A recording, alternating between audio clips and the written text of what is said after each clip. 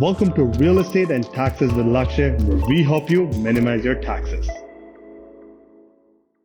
All right, good afternoon, everyone. My name is Lakshay. Thank you for joining our weekly Tuesday session on real estate and taxes. Let's get started. I think we're already, past 2:05, so I'm not going to take too much of your time on Tuesday afternoon. I hope everyone is doing well. The session will not be more than 20 minutes, so let's get started. So today's topic, I wanted to touch base a little bit more about on year-end tax planning tips for business owners.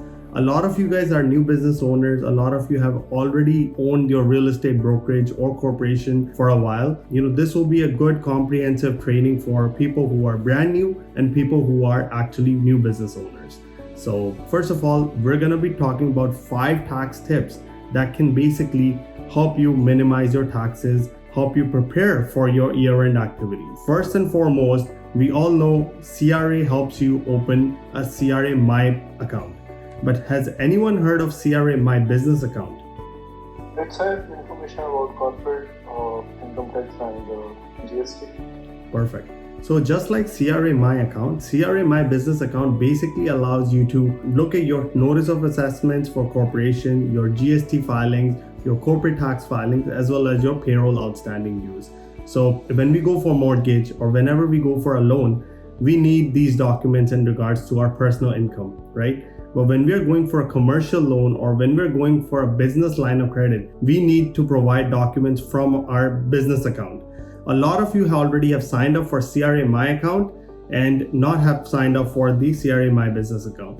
So I would highly recommend, that would be my number one tip, where you should be signing up for CRA My Business account. CRA My Business account will allow you to download any of your prior tax history, any of your prior tax returns, HST filings, how much is your corporate taxes, how much is your payroll taxes due, and so on and so forth. It allows you to basically navigate and see if there's any penalties or interest that is outstanding on the account. So a neat feature, you should log in, and in order to log in, the cool part is you can use the same ID and password you use for CRA My account to log into your CRA My Business account. So this will certainly help you in order to get started and plan your year-end activities. So that's tip number 1. Number 2 is repay your shareholder loans. A lot of the time, we make, let's assume $200,000 of income in a year or $100,000 of income a year. And at the end of the year, we have not accounted for the salaries. We haven't accounted for how much were we supposed to withdraw at all, right? So it's the year-end time where you realize that, okay, you know what? I earned $100,000. My salary should have been $60,000 for the year, but I have over withdrawn from the corporation, whether it be for a short-term loan, whether it be for a quick fix, whether it be for something like, a car that you were trying to buy, office furniture that you were trying to buy, or anything that in regards to that is your personal expense that you have taken money out of your corporation. And now instead of, you made $100,000, your salary was $60,000. So net should be $40,000 sitting in your bank account. But if it's showing $5,000, of course, you have over withdrawn from your corporation. So what I really suggest individuals is repay your shareholder loans, because if you don't repay your shareholder loan, there is a penalty. So if let's assume I'm a corporation, I own the corporation, right? I'm an accountant. I earned $100,000 and I spent the entire $100,000. Although I wanted to, only pay myself $40,000 and leave the $60,000 within the corporation. What happens if I just basically file taxes with the cash balance in my account as $0?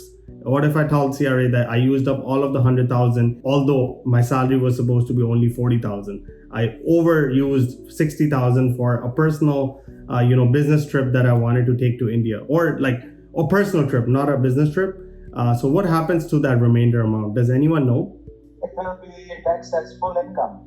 Exactly. Very good point. So thank you for sharing that. So for example, I have an example on the screen. Let's say you borrow $10,000 from your company on June 1, 2022, and your business has December 30th year end. If the loan that you took from the business is not repaid by the following tax year end, which is December 30th, 2023, what happens? It basically gets added to your income. You would need to pay full taxes on it. So technically the whole point of opening a corporation is actually defer income taxes. By deferring, what I mean is I earned $100,000, I only wanted to spend $40,000, so I paid myself $40,000 of salary and I paid personal taxes on it. The remainder $60,000, it stays within the corporation, and after it stays within the corporation, I pay lower taxes on it, right?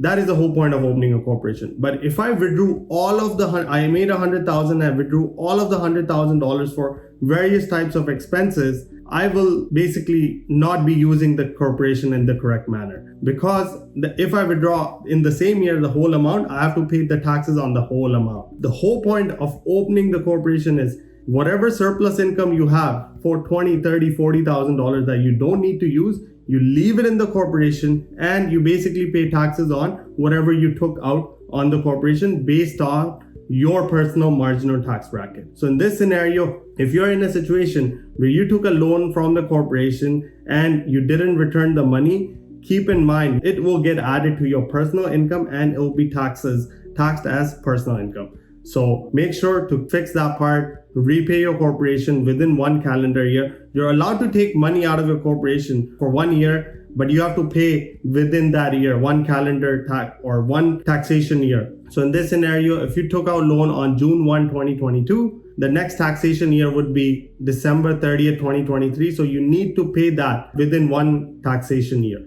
So make sure to keep an eye out on that. And if you don't, you'll be penalized for paying taxes. Number 3 would be paying yourself and paying your family a dividend. What is the difference between salary and dividend?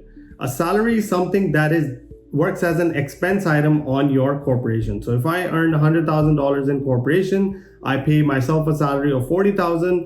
Now I will be paying taxes on $60,000 off, which is the net income. I also need to pay CPP and income taxes from the employer side towards the CRA. So make sure, to deduct that and pay it by the 15th of the following month. If you do a dividend, in a dividend, there's no such thing as CPP and EI. You basically just pay income taxes, and the cost of running a dividend is far lower than if you were to do salary, simply because there's no CPP and EI component. But if someone asks me if I should go either CPP route or dividend route, I would say you would need to combine both of the mixtures. I would probably pay myself a $40,000 like a salary where I pay CPP and EI, CPP and income taxes, and I would pay dividends because of 20 more thousand with no CPP and EI, and eventually I get to earn a salary of $60,000 from my own corporation, which might be sufficient based on your own scenario. So pay yourself and make sure that you withdraw from the corporation right on time. One of the things I want to make sure that you guys know is every month when we withdraw salary, we need to pay CPP, EI, and income taxes to the government. If I'm the business owner, there is no EI component on the salary, but CPP and income taxes need to be paid to the government monthly. But let's assume for the entire year, you're an owner-operator business, you're very busy to run your operation, and you forgot to pay the monthly. The last day to pay your CPP and income taxes is actually January 15th. So what I would highly recommend is either book an appointment with me or talk to your accountant, because whatever money that you withdraw from the corporation, and if you didn't, let's assume, you withdrew $5,000 a month for, 12 months, which is $60,000. On $60,000, there's quite a bit of CPP and income taxes. So if you haven't paid any monthly source deductions to the government on a monthly basis, your final chance to pay that is Jan 15th for all of the prior year. So if you don't pay it by then, you won't have a salary from your own corporation. So make sure, talk to your accountant, book an appointment before 15th of January to clear this off, because otherwise there is penalty for late filing and late remitting for the CPP and EI portions. The fourth, or 3.1, I would say, is pay your wife and kids. I know a lot of the people have, family members that are in the lower tax bracket. The whole point of using this strategy is if you have a spouse that is homemaker or is making less than you and you are in the highest marginal tax bracket, what you can do is you can ask them or you can pay them for all the monthly services they might be helping you out with. Whether it be just as simple as, writing emails for you, uploading MLS listings, designing social media posts, or administrating like your open houses and all of those things. Even if they help you with that, you can pay your wife and kids a small nominal salary for the services that they have rendered to you. Now, you have to make sure that you have to pay them within the line of the market. You can't really pay them $50,000 for something that you wouldn't pay outside. You would need to pay them simply in line with what the market rate is. If it's $15 an hour for an administrative task, don't go up and start paying $50 an hour to your wife just because you wanted to show an additional expense on your corporation. There's specific rules called tax on split income that disallows paying more than what you would want to pay in the market for the same services if it's your family member. So keep that in mind.